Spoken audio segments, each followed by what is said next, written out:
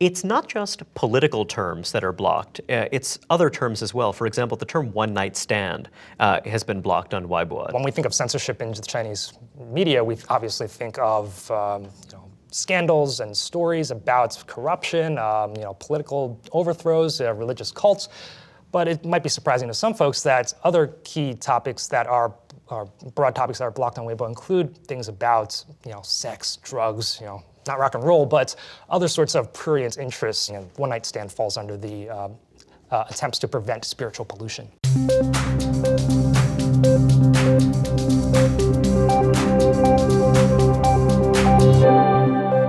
Hi, I'm Raihan Salam, and this is the Vice Podcast Show. We're joined today by Jason Ng, a research fellow at the University of Toronto's Citizen Lab and author, most recently, of Blocked on Weibo. Jason, China has 1.2 billion people and 600 million active internet users. And my understanding is that a pretty big chunk of those 600 million are interacting with Sina Weibo. Can you tell us a bit about it? Yeah. Weibo is probably the most important social media website in China at the moment. It started in 2009, August 2009. But it didn't really find its feet, at least in the way that we think of it, until like the summer of 2011, when there was this horrific train crash, this high-speed train crash in Wenzhou. And the speed and activity, how quickly people took to Weibo to start to pillory the officials who were in charge of the cleanup, in charge of the oversight of the train crash. It was just stunning to watch this supposedly repressed society come out and have this sort of active discussion. It was just fascinating to watch. And it was from there that we started to see the rise of Weibo truly in the following year, in the way that it brought down local officials, in the way that it started various sorts of protests in different cities across the country against chemical factories, against corruption. And today, it's probably the place to go to if you want to catch the pulse of the Chinese internet population.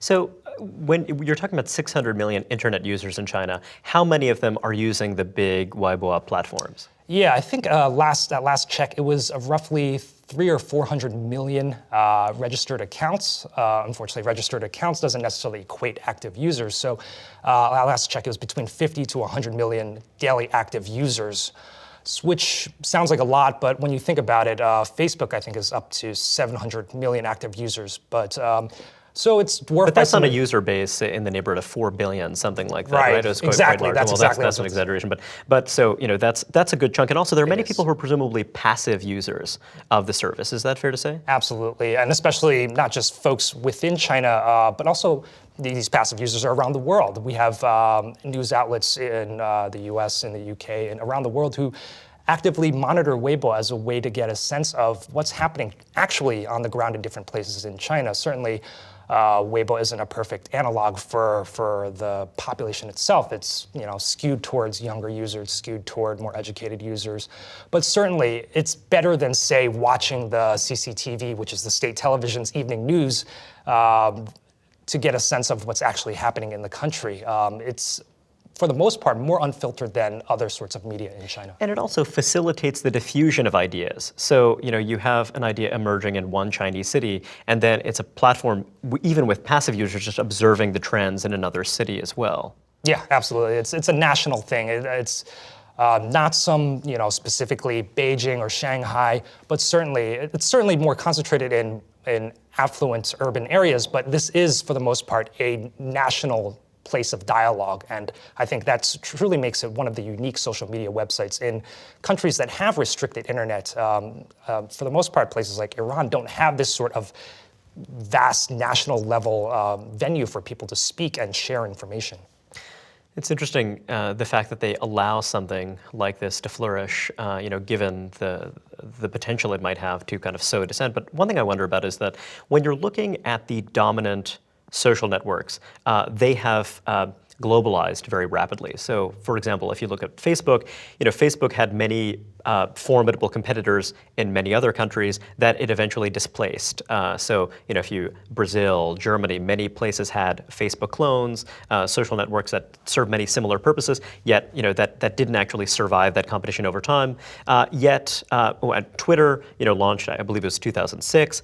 This service launched in 2009, yet Sina Weibo remains the dominant platform. So tell us a little bit about that, the fact that these kind of dominant US social networks have not been able to make inroads into China. I imagine it's a very deliberate policy choice. Yeah, deliberate policy choice on both ends. For the most part, yeah, as you mentioned, Chinese or US companies have certainly saw the Chinese market as this potential gold mine of users and revenue.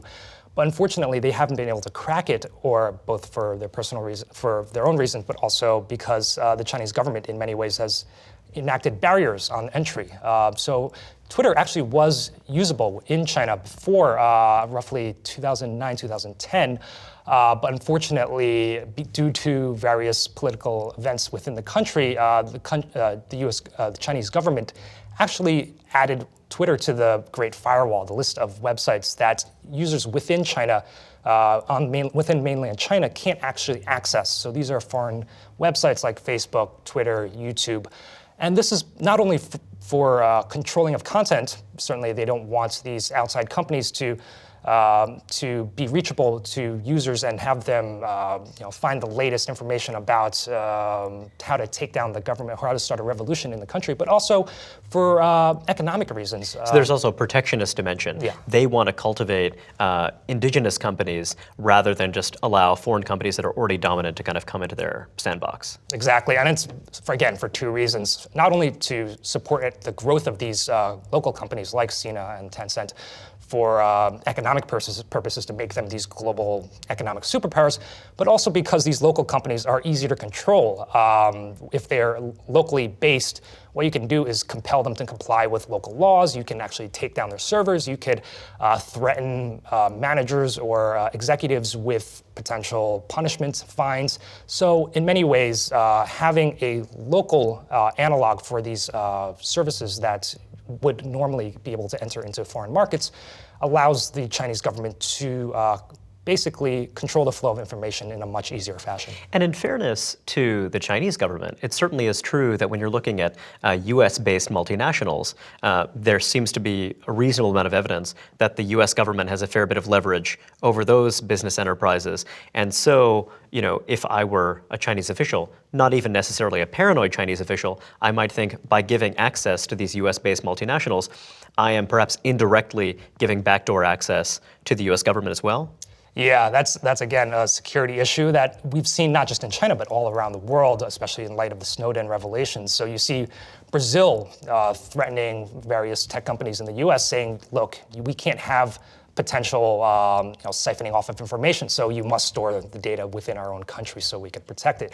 So China, in many ways, the Snowden revelations has given China a lot of ammunition to sort of give cover to a lot of the things that they're doing already, and it's very interesting to see how that'll play out. Let's talk a bit more about the Great Firewall, a term that you hear pretty often. So when you think about the internet and the origins of the internet, the idea is, kind of this big decentralized, or the web specifically, big decentralized peer-to-peer system that was supposed to be extremely difficult to control. I mean, part of the idea was that, this was going to be a very robust, very resilient, means of communicating information from one place to another.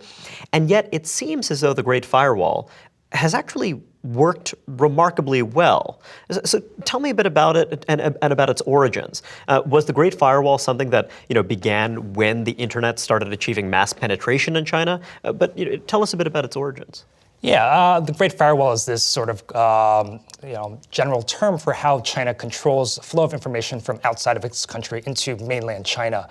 Of course, this isn't unique to China. Every country forms some sort of, has internet regulations on the books that controls, what sort of information is perhaps illegal within the country.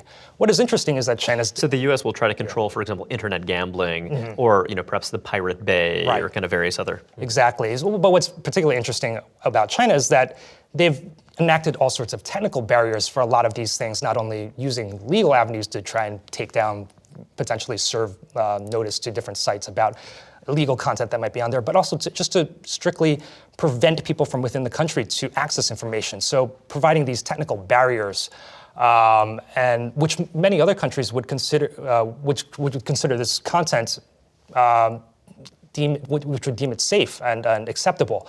So that's the rub. Where do we draw this line between what's acceptable and unacceptable? And clearly, apparently the Chinese have drawn it perhaps far too much on one side. But yeah, so they have these technical barriers. What we mentioned, so folks within mainland China can't access Google, Facebook, YouTube, et cetera, et cetera. But what's more perhaps pervasive is this internal censorship, this so-called golden shield. So again, that's what we talked about. The internal companies within China are compelled to comply with local laws, and from there, that's where most of the information control takes place. So these are discrete concepts. The Great Firewall is one concept, kind of about blocking information from the outside, or kind of guaranteeing that the information that comes from the outside is, kind of carefully controlled. And the Golden Shield is this kind of richer set of controls that. Tell me about, this must be very labor intensive. Is that fair to say? I mean, are there a lot of bodies? Are there a lot of officials? I imagine also we don't know very much about it, but tell me a little bit about what we do know. Yeah, my dream is to basically find just carry a bag of money and go into China and find a censor and basically have them do a tell-all book. But barring that, what we can do is perform various sorts of monitoring and testing. So the lab I'm at, the Citizen Lab, and various other places do this sort of thing to see basically how many censors, how many people, how many bodies do you need to actually do this sort of censorship that we're seeing. So there was a great research paper put out by folks from, I believe, University of Texas, but it was called the Velocity of Censorship, and it's fascinating where they make assumptions based on what they've seen, how many censors are actually performing this sort of filtering on sites like Weibo, and their guess was somewhere between maybe 1,000, maybe less than that. And actually, there's Reuters article just came out a couple of months ago, wherein they actually talk to and interview these censors who are in Tianjin, which is a city just outside Beijing. And essentially what they came up with was there are several hundred people in this one single office that are doing the entire censorship for the entire country. Just on my personal level, that seems a little low, but the reporting seems pretty accurate, and the description of the office is just really scary to think that there are basically a few hundred folks who are, with the assistance of computer algorithms, basically controlling the flow of information on this entire social media website, which is just truly a massive sprawling place. That actually brings me, I'm skipping ahead a little bit, but you talk, so your book, in it you're identifying various terms that have been blocked on Weibo, and basically explaining why, offering theories as to why they might have been blocked. And one of them brings to mind the idea of this personnel question. So it seems that, because there's such a huge volume of things that might prove problematic that to some extent you'd want to crowdsource this. So there's a term referring to the 50 Cent gang, is that right? Tell us a little bit about these people. Right, it's the 50 Cent Party, which is sort of like a jokey reference to the Communist parties. Like this is a separate party that's sprung up to actually help the Communist Party in filtering and cleaning up the internet. And is this something we know about for sure? Is this just kind of a rumor? Is this something the government has acknowledged really does exist? The government acknowledges that it's an important aspect of the pieces of regulation that help them clean up the internet, certainly. So it's less clear actually whether or not they actually receive 50 cents each. That's the purported amount of money that each member receives for posting a positive comment about China or a critical comment about folks who are against China. I don't know how much money the government's mailing out 50 cents at a time, but they actually do have people on staff who are like these analysts who basically monitor social media, and whether or not they're employed officially by the government or whether they're contracted, certainly these positions have been publicly acknowledged in state papers. There was a recent article in the Global Times which mentioned how they are now like an official body, and or not an official body, but they've served in capacities which clearly are propaganda purposes. And but I think it's more interesting that rather rather than simply like identify a specific organization or a specific department that's doing this, what they've done, the government, in some ways, has actually crowdsourced it to not just a single party, but to basically all citizens, because most citizens in China, for the most part, are very proud to be Chinese. They, despite all the immense corruption and despite the growing inequality, folks are proud to be Chinese, and you see this in national surveys and whatnot. And oftentimes, if they see comments that are against the government or against the country, they'll come in and jump in and post positive comments regardless of whether or not they're paid by the government. That's just what they believe. That's just what so they in feel. a way, the 50-cent party term is something that's kind of a catch-all that people can use to discredit, kind of a larger group of people, some of whom might actively be working for the government, but many others are people who just are kind of happy to kind of tamp down this kind of criticism. Right. So in a way, when you're talking about the censorship, it has to be, it's actually not that crude. Sometimes it can be about channeling opinion in one direction rather than another, and intervening in a kind of not so heavy-handed way, but to kind of bend the conversation in one direction rather than another. Is that a fair characterization? Absolutely. In the perception of censorship in repressive places, relative to perhaps the U.S., is that this is very heavy-handed. It's the government top-down, laying the smack down, issuing orders and decrees. And to some extent, there are these sorts of things. China Digital Times, which is this website which tracks censorship in China and various other things, they actually received these leaked documents, which they call directives from the Ministry of Truth. And they actually are these sort of weekly decrees from the government saying, all right, this is to media organizations with the country saying, all right, this is how we're going to treat this topic this week. But for the most part, certainly, it's much more nuanced than that. And I think the complexity of it hopefully is shown through in my book. So one thing I wonder about is that when you're looking at Chinese media traditionally, my understanding is that the censorship even then was decentralized. So, what would happen is that if I want to start a magazine, I have to acquire a license. And this license could be from the, Anhui Province Cultural Workers Committee, something like that. And then they give me their certification. Maybe I purchase it from them, something like that. And so in a way, they serve as a kind of quasi-censor because they don't want you to embarrass them so that someone there has to answer to somebody else. Whereas when you're talking about 600 million internet users, it certainly sounds as though the Chinese government decided we can't give up on this economic opportunity. It's too big. The decentralized nature of this network is part of what makes it a great generative platform for entrepreneurs and others. So we can't work this the way that we did print publications or whatever else. We need to allow for some level of danger, potentially. We just need, so it sounds like that was actually a pretty sophisticated decision. They were like, we can't control this completely. Is that a fair characterization of their attitude as you understand it? Yeah. And if you look at it, these actual companies that are actually serving up the services, so Sina or Tencent or whatever, they have an incentive to actually promote this sort of dangerous speech that we would think of for the government, because it's viral. It's viral. You want people to come back. You want eyeballs. You want people to start discussing, and so they have that angle that they have to try and service. They want certainly their users are their customers.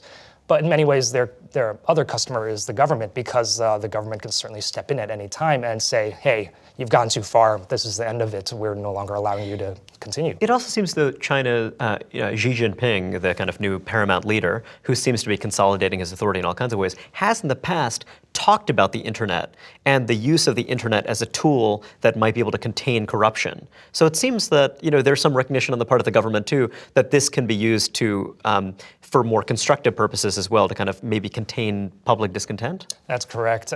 Corruption has been one of the key platforms in Xi's new administration, and in many respects, it's brought down numerous folks, and the most recent one, Zhou Yongkang, who is now under house arrest, and he was a close ally of Bo Xilai, the former head of Chongqing. So it's paying dividends, certainly, this anti-corruption platform and folks assisting, bringing down local officials. And however, the last couple of months have been quite dispiriting for folks who view the internet who view this corruption platform as a way to give free speech activists an opening via the internet, because they've actually targeted some of these anti-corruption activists. And whereas in the past they would encourage these anti-corruption activists on the internet, they've been starting to crack down. There was a guy who his big thing was posting pictures of officials wearing luxury wristwatches. And it was fascinating because obviously, this local Right. official, How did you afford that watch? Right. Right. So in many ways, that was the perfect example of what Xi Jinping wanted to support, but all of a sudden now he was arrested. Just a bit more about that example specifically, because it seems like a really good case. So my understanding, my recollection is that there was someone who died in a kind of vehicular homicide, and then there was a traffic enforcement officer who was just very brusque and not very helpful, and it turns out that he was wearing a very expensive watch. Is that roughly yeah, that's what had exactly happened? the one. He's known as Smiling Brother or Brother Watch. Yeah, that's what. And so was that later censored? Was that something, or was that something that was allowed to propagate and spread? That's very interesting. See, this is among the push and pulls of these private internet companies. They're not sure where exactly to draw the line, certainly, and it's not a bug that the government doesn't tell these private companies exactly what to do. It's a feature because by not specifically laying out exactly what is disruptive to the social order, which is one of the tenets that these local private companies have to abide by. What they do is force private companies to make decisions to say, all right, where do we draw the line? What does the government want? We're not sure, so we're going to over-censor. If the government said, here are 100 terms, you'd better not allow these to be seen anywhere, you'd better not allow these terms to be published, then it would be trivial. It would be extremely easy for the companies. And then, of course, people being creative and innovative in various ways would come up with other terms they could use that kind of, or whatever, use Cyrillic script or kind of whatever else. Whereas by not telling you, by giving you this vague mandate, you have to figure it out yourself to keep those guys happy. Yeah, that's exactly right. And with the example of the anti-corruption stuff, what you'll find is that these private companies are constantly forced to waver and basically see how things play out. And sometimes the government will then step in, either whether it's the national government, more oftentimes maybe more lower level wrongs, maybe the provincial or local officials who will basically bug Weibo and say, hey, we got to tamp down on this, otherwise it'll cause a furor. So one way of thinking about it is that if I'm criticizing the corruption of a particular official and say, boy, I'm glad that Xi Jinping and the Communist Party are out there to crack down on this kind of corruption. That's one thing. Whereas to say that this corruption is pervasive, bring down the Communist Party, those are two very different statements. Right. And the former might be something that is actually seen as a useful escape valve, whereas you want to prevent the former from becoming the latter. Yeah, and that's why it's so important to have the human element involved, these human censors who have these algorithms that try and figure out basically flag messages, and then they go through and they actually go through them and delete messages individually if need be. However, and you might do that after the fact too. The message has already been published, it's gone up, and then you get to it using this algorithm, someone used this tool, and then so 24 hours later they might delete it. Right, although sometimes messages are stuck in queue and then you could actually delete them before they go in. But it's very interesting to see that there are different researchers who have different opinions on how they actually go about implementing this. So Gary King at Harvard has a great paper, has two great papers along with his associates about the different ways that how they see censorship taking place across the internet. And their theory is that for the most part you could criticize the Chinese government, but anything that touches on basically creating collective action, street protests, demonstrations, organizing, that's where they actually do the most of the clamping down. I think other folks are a little more, who are not quite sure exactly how much criticism is allowed, but certainly on Weibo, by looking at the censored keywords and by looking at the censored keywords in other different chat applications and other social media platforms, what we see is that criticism of the government is still very much controlled. So your book is a compendium of terms that have at various points been blocked on Weibo, and this is something that changes over time. New terms are added, et cetera. It seems like they're very flexible. But let's go through some of these terms. One of the terms is May 35th, and as you and I both know, May 35th is not, in fact, a real date. But so why would May 35th be blocked? Yeah, we could just do some basic addition here. So May 31st, May 32nd would be June 1st. May 30, oh, yikes, I'm already failing now. May 33rd would be June 2nd, so, and then you get to May 35th is June 4th, which, if you're not familiar, June 4, 1989 was this notorious day in Chinese history wherein tanks were ordered into Tiananmen Square to clear out these student demonstrators and other demonstrators who were basically trying to promote political reform within the Chinese Communist Party. And unfortunately, there was much bloodshed. And it has gone down as this day that the Chinese government has tried to scrub off the internet. So June 4th is definitely going to be blocked, but May 35th was a clever way around that, and then they caught on to it. Yeah, so this is the sort of thing. A lot of the keywords that I find that I uncover through this through these different sort of ways of deciphering them. It's interesting to see that a lot of them are really code words, and it's these are already internet activists and folks who have already thought of ways to get around the censorship, but the censors have caught up.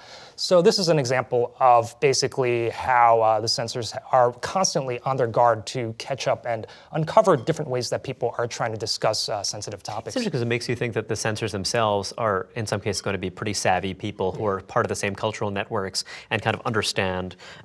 So some of the terms are quite peculiar, or certainly peculiar to American ears. For example, the term hairy bacon. What is hairy bacon? It's certainly something you don't want to eat. Hairy bacon. So in Chinese, it's pronounced mao la rou.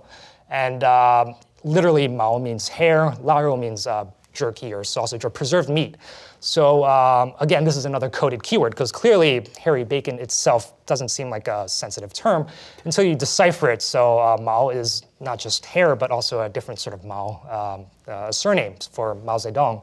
And la rou is not just meat that you eat, but also a different sort of preserved meat, his body, which is laid in state in a mausoleum outside Tiananmen Square. Sounds incredibly disrespectful. Yeah. I think that's probably what the censors thought too. What's particularly notable about this is that it's so mostly obscure. I think I noted that it was censored more than a year and a half ago. And when I tried looking it up, there was very few usages of it just in the general internet.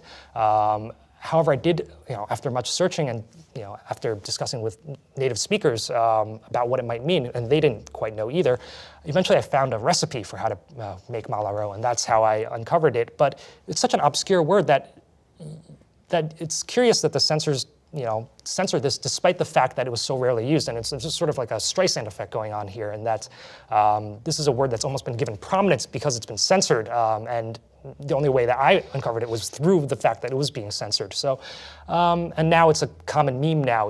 I think China Digital Times just posted images of people, posting strips of bacon as a reference to mao la rou.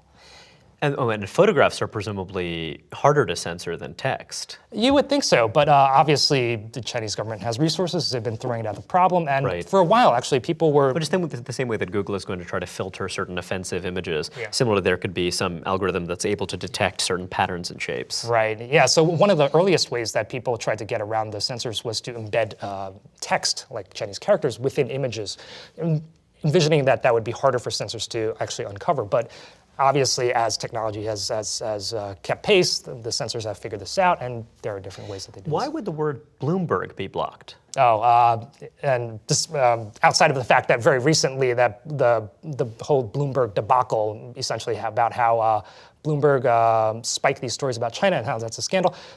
Despite this actually took place well before that. It took place, I think, roughly 2 years ago, and I wasn't quite sure at the time why Bloomberg was being targeted because a number of other media outlets, for the most part, were searchable on Sina Weibo, but that one wasn't. However, in the months after, it became more clear that Bloomberg has actually been doing quite a bit of enterprising China journalism, investigative journalism, including a story about Xi Jinping's family wealth. So that was one example of why they would want to block searches for Bloomberg. And now, of course, Bloomberg is a super hot topic. The website was blocked in China, and I believe that the journalists' visas are still being held up. Oh no, I thought it was Reuters and New York Times, sorry. But clearly, the control of foreign media is a major deal for Sina Weibo and the Chinese authorities. The term Bourgeois is blocked, and what I find interesting about that is that this is an enormously important story, and it seems like very difficult to kind of try to contain discussion about this. But tell me a bit about the thinking around that. Yeah, what's particularly interesting about Bourgeois is that right now it's actually unblocked. So obviously it's still a sensitive term, so that gives clear evidence that. And Bo Xilai was the party secretary of Chongqing, a city of over 30 million in the heart of China, and he was seen as someone who was offering an alternative to the existing Chinese government and its ideology, and he became quite popular because of it. Oh yeah, absolutely. That's, perhaps he got too popular, and his method of self-promotion, I guess, which is what the other party leaders claimed that he was doing, brought him down, because essentially he was trying to, in some ways, work outside the party.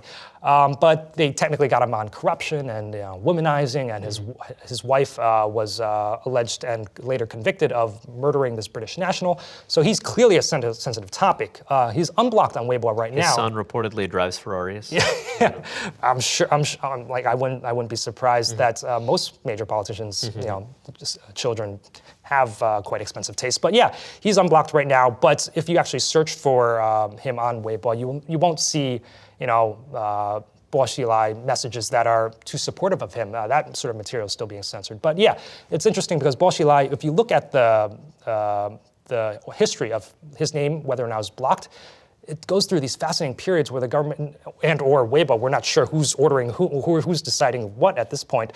You could see that his name goes from unblocked to blocked at various key junctures of the scandals. And we just produced this infographic at the Citizen Lab that shows how these offline events are very much related to the censorship going on online. So for instance, he's blocked on Weibo for 2012, beginning of 2013.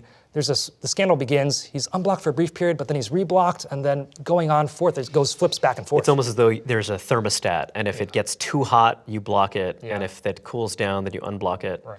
That's fascinating. It's not just political terms that are blocked, it's other terms as well. For example, the term one night stand has been blocked on Weibo. Tell us a bit about that. Yeah, so obviously we think of, when we think of censorship in the Chinese media, we obviously think of scandals and stories about corruption, political overthrows, religious cults. But it might be surprising to some folks that other key topics that are broad topics that are blocked on Weibo include things about sex, drugs, not rock and roll, but other sorts of prurient interests. And certainly one night stand falls under the sex category. China's, in many ways... rock and roll is blocked sometimes, like the band Pangu. Yeah, that's right, in the blocked. book, exactly, because of their political overtures. It's very interesting to see how the Chinese government, like not just now, but over the course of the last several decades since the Cultural Revolution, have dealt with this sort of influence of influences outside of China. So you have the sexual revolution going on out in the U.S. and other countries outside. How does China import market values that are so important for its economic growth without importing all these other values? So the tension between that and making sure that the population isn't spiritually polluted is very interesting. And one night stand falls under the attempts to prevent spiritual pollution. And is that something that you see change over time? Do you feel as though the government has become more permissive about spiritual pollution, in some years than others, or has that been pretty consistent? Yeah, I guess if we're looking at the broader picture, certainly things are much more open now than they were maybe a decade or 2 decades or even a decade ago. But I even mean in this little period of time since the kind of microblogging services have become so popular. Yeah, it's curious because right now one night stand is unblocked, at least last I checked. And foot fetish is a term that had been blocked and then was unblocked. Right. So yeah, there's a whole host of terms that were blocked, were previously blocked, which I identified and now are unblocked. I'm not sure we could draw a direct correlation and say that Weibo is opening up, or whether or not certain terms are now okay to use and others aren't that we haven't been able to detect. But certainly, based on the keyword searches that we're able to perform now, there seems to be an opening up. Yeah. One thing I find interesting is that there are terms that you would think would be supportive of the Chinese state and Chinese nationalism that are blocked. For example, the term medicine patch flag and also the term boycott Japanese goods. So, and these are things that flash up when there's a dispute with Japan over some island chain. So why would the government want to block a term like that? Yeah. Clearly, as you mentioned, the thermostat, I think that's a great example. Certainly, China wants to further their own interests via the internet. The Chinese government, authorities, they feel like the internet is, and social media is potentially of great benefit to them. And as we talked about, Xi Jinping using the social media as an anti-corruption device. And again, they feel that social media could also be used as this sort of lever against foreign issues, on foreign issues. So for instance, this dispute over these islands in the East China Sea with Japan, they're called the Senkaku Islands in Japanese and the Diaoyu Islands in Chinese. And last year, there's a big dispute because the Japanese government tried to purchase these islands outright, and the Chinese government obviously was not pleased with that decision. And netizens were outraged as well on the Chinese government's behalf. They didn't need much prodding to suddenly go up online, and they remembered the past history of Japanese colonization of China and the atrocities that took place. So they were very much supportive of the government's stance of, no, we can't give in to the Japanese. Unfortunately, it perhaps went too far, and there were street protests. There were not just street protests, but there was rioting in various cities across the country, and Japanese... and that's too hot. That's too hot. Yeah. So yeah, you could see that the blocking and unblocking is related to these types of incidents. And also, there are issues about China's territorial integrity that seem to come up a lot. Tell us about the term Snowline Flag. Yeah, so that's another, the previous one that I mentioned, medicine patch flag, that's an insult for the Japanese government, or Japan, because medicine patch sort of looks like the Japanese flag, the rising sun. So this is another flag, again, related to, I guess, an entity that has conflicts with China. It's in fact, the Snowline flag was one that was popularly flown by Tibet. In the 50s and 60s, I believe. Although it wasn't popularly flown, it was the national emblem of sorts. But it's now gained prominence in recent years because it's been used as a symbol for the Free Tibet or Tibet independence movement. And obviously, Tibet independence is a thorny issue. Tibet is a minority group that's acknowledged and respected by the Chinese government, like other minority groups within China. Unfortunately, they also have to suffer with a lot of discrimination, economically, education-wise, socially. So, yeah, it's a very clearly a sensitive topic. You're a researcher, you're not a prognosticator, so it's unfair of me to ask you this question, but I'll ask you anyway. So we already see that there are people within China who use VPNs, who use other technologies to get around the firewall. Do you see the firewall remaining strong, or do you see it nibbled away at the edges in the years to come? Yeah, as an optimist, certainly, I would love to be able to say definitively that that due to the development of these amazing tools that we have out there now, that opening up will take place because of the great technology that we can give to netizens in different places around the world. But I think it's not just simply a matter of providing tools. We also have to give the government other reasons and incentives to open up, and certainly economic incentives is a major part of it. And we've seen this, most clearly with how they've handled certain things. Like, for instance, when they tried to shut down GitHub last year or earlier in the year, there was such an outrage within the software development community within China that China actually backtracked. They tried to shut it down because it was supposedly spreading this sort of anti-censorship software. But because the software developers, which are an important key component of maintaining economic growth in the country, because they have such such a voice on social media, they were able to convince the government to back off from those plans. So I think ensuring that China continues to develop these interconnections with the global economy, with the global intellectual sphere, making sure that China's more connected, I think, is just as important as providing these technological tools to netizens. How can our viewers keep track of your work going forward? Yeah, I have a blog called blog.weibo.com, which has some of the keywords in the book, so you could take a look at that. And the Citizen Lab, where I work at for now, also produces great work that you could take a peek at. So yeah, I think that's probably the best way to follow me, although I'm also on Twitter at JasonQing. Are you also on Weibo? I don't know if I should reveal it. Well, don't reveal it. Okay, Let's keep it under wraps. Sounds good. It was really great to meet you. Thanks very much for your time, Jason. No, thank you, Ryan. It was a pleasure.